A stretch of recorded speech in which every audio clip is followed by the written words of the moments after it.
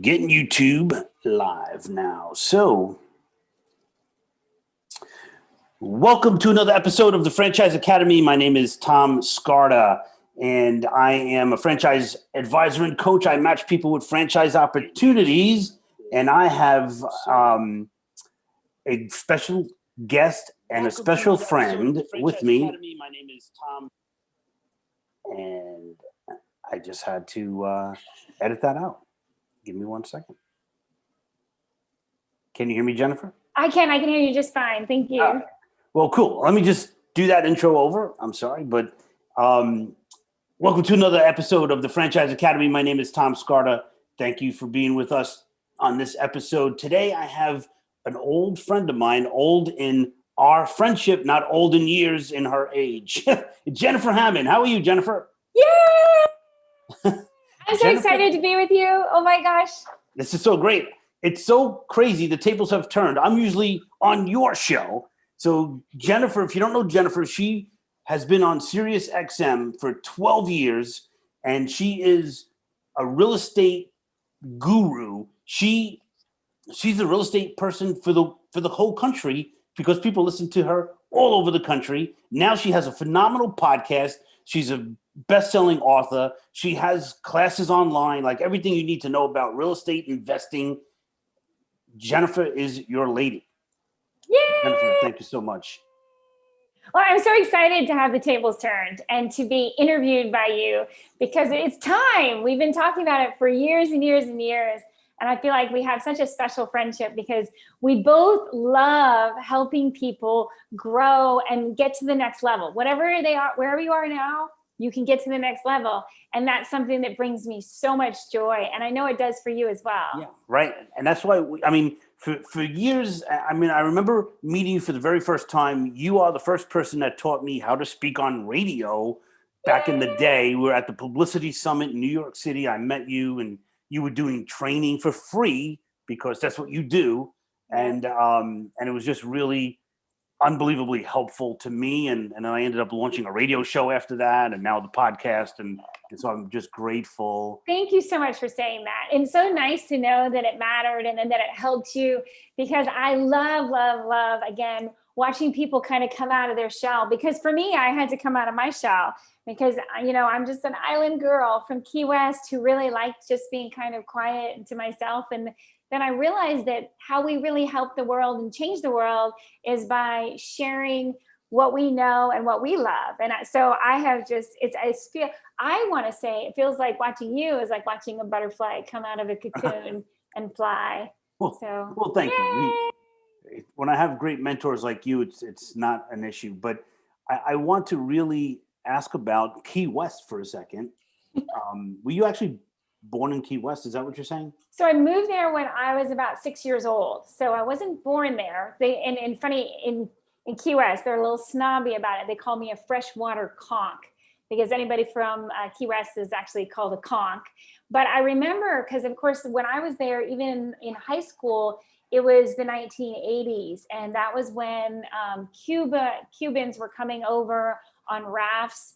And I remember in our high school, we would have these Cubans that would be so incredibly good students. I was not necessarily a good student because back in those days, like we had, which I don't even know if a lot of schools, well, we're in the middle of a pandemic, so school's completely different now. But I remember in high school, we used to have what was called an open lunch.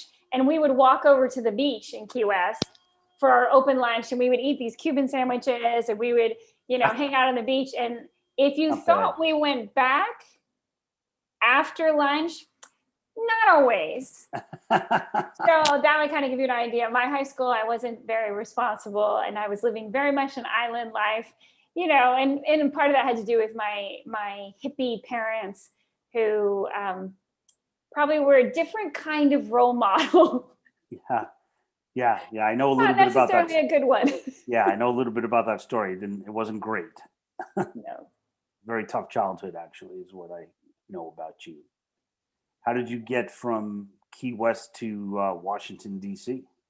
Well, interesting. I ended up getting a scholarship, which is a long story, but I ended up, which again is but it's a neat story because and sometime I'll tell you the whole story, but there was a really special principal in Key West High who died my senior year. And he and a committee, it was actually his wife and a committee of people, decided to end up giving me a scholarship to college, which of course at that point I thought was a lark because I had been told over and over about how stupid I was. And, you know, I had an alcoholic mother and a drug addict brother, and I didn't see any kind of future for myself. And then all of a sudden I ended up with a scholarship, and then they said to me, we didn't know, you know, the counselor that sat me down, he used to call me Green Eyes Hammond. He'd say, Green Eyes Hammond, you have so much potential, and yet you have all the hard knocks of life. And I didn't know what that meant. All I knew was I was looking to find my dad. I hadn't seen him in years, and I found out he was in Las Vegas. So as far as I was concerned, I was getting on a Greyhound bus and making it to Vegas to go find my daddy. And this counselor, he said to me, you have potential. And so sure enough, they ended up giving me a 2-year scholarship to the junior college in Key West, Florida. And that was the great start for me for, again, believing that I could be more than, you know, all of the terrible things that have been said about me back then. And it's funny because it was just, you know, invalidations from people who were really unfortunately, drug addicts and alcoholics and people who had lost their zest for life. And so anyway, long story short, I ended up with that scholarship based on potential, which is such an interesting thing because I realized that after that, I ended up going to college. I went on for a bachelor's degree and a master's degree. And then when I finished, I decided I wanted to change the world. And so I ended up in Washington, D.C. working for a congressman. And unfortunately, that only lasted about 6 months. And I really hated that job because I realized there were so many things where I wasn't making a difference. I talk about, you know, you talked about being a clog in the wheel. The interesting thing about Capitol Hill, I realized that as a staff member, I was definitely not making a difference in anybody's life. And I had to get into something better. And I actually ran across the street to the Library of Congress and I sat down. It was funny, it's the Gold Dome Library of Congress where you go inside this reading room.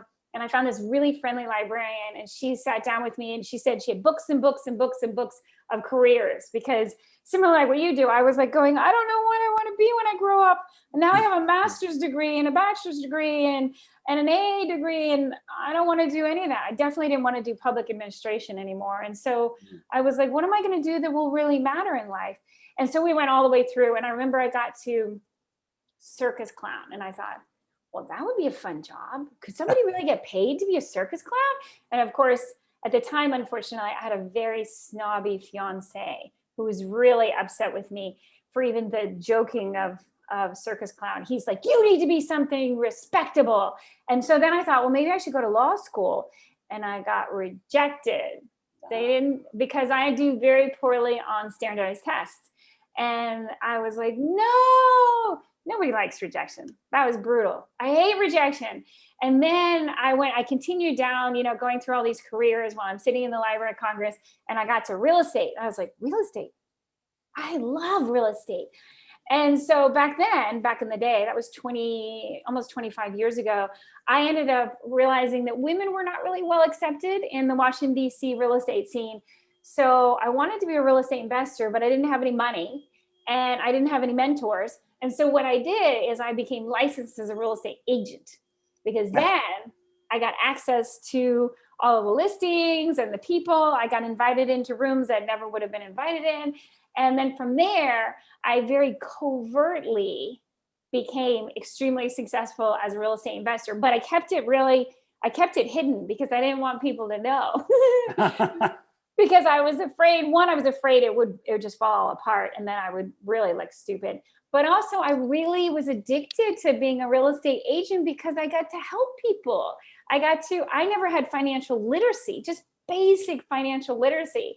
And so I loved it when I could teach people, hey, you know, you can put down this down payment program together. In Washington, D.C., they also had a $10,000 grant you could get at the time, as well as get your down payment paid for. You could get your closing costs paid for and no real estate taxes for 5 years.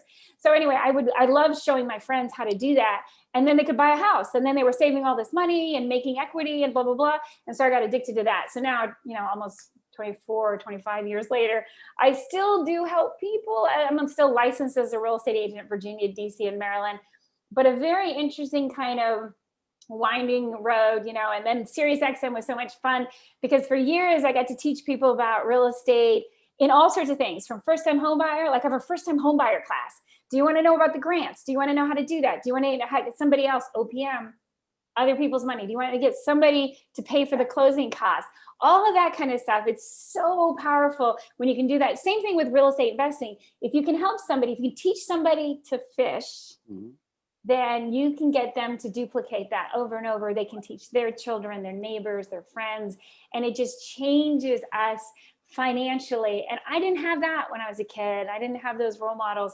So for me, it's just my passion is helping people. Yeah. Well, that's awesome story. I love it. I'm glad that I asked that question because I didn't know those little cool details. That is so fun. So as a real estate agent, what would be like if we were on a plane and it was crashing and there was one or two tips you could give me as a real estate investor, what would you want to impart? Okay, now you're just being funny, Tom, because I was on a plane that was about to crash. And I learned a lot about myself that day. Oh my God. Which is so funny. I was on a plane and we were actually, I won't say the name of the airline because I don't want to scare people because they're still in existence. But this is years ago. And I remember we were flying into a Caribbean island. I love to go down to the Caribbean islands. I've just always been an island girl. And so we're supposed to be landing on the island of St. Thomas, which is the United States Virgin Island. And I know the islands well enough to know we are not landing and we are starting to circle the island. And I was like, why are we circling the island? And then all of a sudden I see us go zoom and there is no longer an island. And I'm like, we have now left St. Thomas and I have friends that are meeting me there. And I was like, what is going on? Why are we not stopping? And there's a couple beside me who had flown over from California and they were a little hungover because guess what? The night before was their wedding. And so they're going on their honeymoon to St. Thomas. So I all of a sudden I'm like, hey, we've somehow missed the island of St. Thomas. And they were like, what are you talking about? And I'm like, yeah, I do think we're in trouble. I don't know what's happening right now, but I think we're gonna have some challenges coming up. And which reminds me of real estate. Oh my gosh, there's challenges from time to time. But what I found was as we got closer and closer to Puerto Rico, we had a pilot who came on who had never had any public relations training. So the words that came out of his mouth will never be forgotten, including, so we have had some trouble with the landing gear. It's not working. And so we are going to have a crash landing. Not words you ever want to hear from your pilot. Yeah. But then he came back on and he said, I want to make sure you guys are bracing. If you're looking out the window and you see the ambulances, just know that they're there for us for our crash landing. He couldn't stop saying those words. And at that time, to answer your question, I became very funny. I didn't even know I was funny. And I immediately started making everybody laugh about, did you buy it? Did you own your dream home? Did you do all the things you were supposed to? I mean, I don't even know. I got into, but I started the whole thing was, do you think the pilot should have had some public relations training on how to announce an emergency? And it was funny because it was dead silent the first time I said that because I just said it loudly. And of course, the stewardess are trying to calm everybody down. And I just thinking out loud, don't you think maybe the pilot should have had some training not to say the word crash landing? Oh my God. Or maybe not to bring up the idea that we should look out our window and look at the ambulances. And then the third thing he said that, again, I'll never forget, as the people beside me were asking real estate questions, because they were honeymooners. Oh my gosh, we got into a whole funny real estate conversation. But the last thing he said was, so if you wonder why we're continuing to fly around, it's just because we're trying to burn off the gasoline or the fuel, that's what he said. So we can burn off more fuel. So when we crash land, it won't be as big of a fire. Oh my God. What kind of crazy idea is that? Anyway, I know I went way off board there, but the idea of what you said as a real estate, you know, when you're looking at real estate, one of the things I would tell you is you do need to decide you're going to have your dream home. And I think the pandemic has been one of those things where, you know, the definition, I use my air quotes, the definition of home is so different now. It's so different. And you should think about, what is your dream home? Is it with a view of the ocean? Is it somewhere where you're in the countryside or the mountains? You know, is it in a place where you have enough room to have your studio, your podcast studio, Tom? Or is it a place where you're close enough you can take a walk on the beach? Or what is it? And find what that is, and make sure your goal is always getting to that. And don't get to the point where you're just always compromising on your life. And, you know, there's just, life is only so long, and you never know if you're going to be on a plane it's about to crash. Well, yeah, well said though. Really great advice. Really great advice. And it, you know, I'm a recreational pilot, so I know exactly what was going on in that pilot's head, and he was doing it wrong for sure.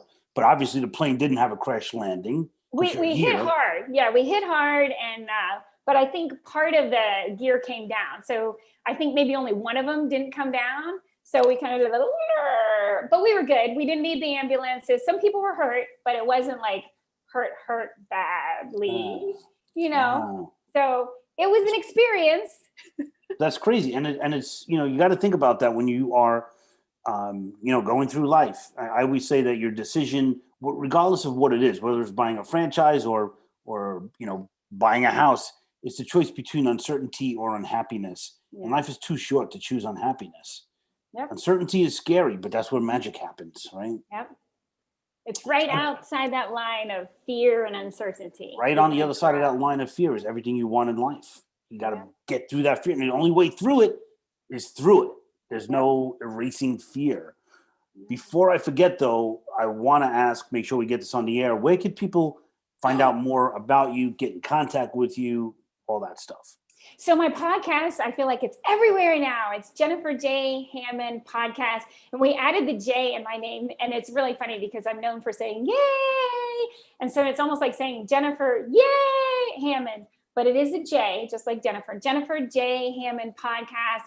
And we're, you know, on all the Spotify, the iTunes, all that stuff. And we are just launching onto YouTube, just like what you do.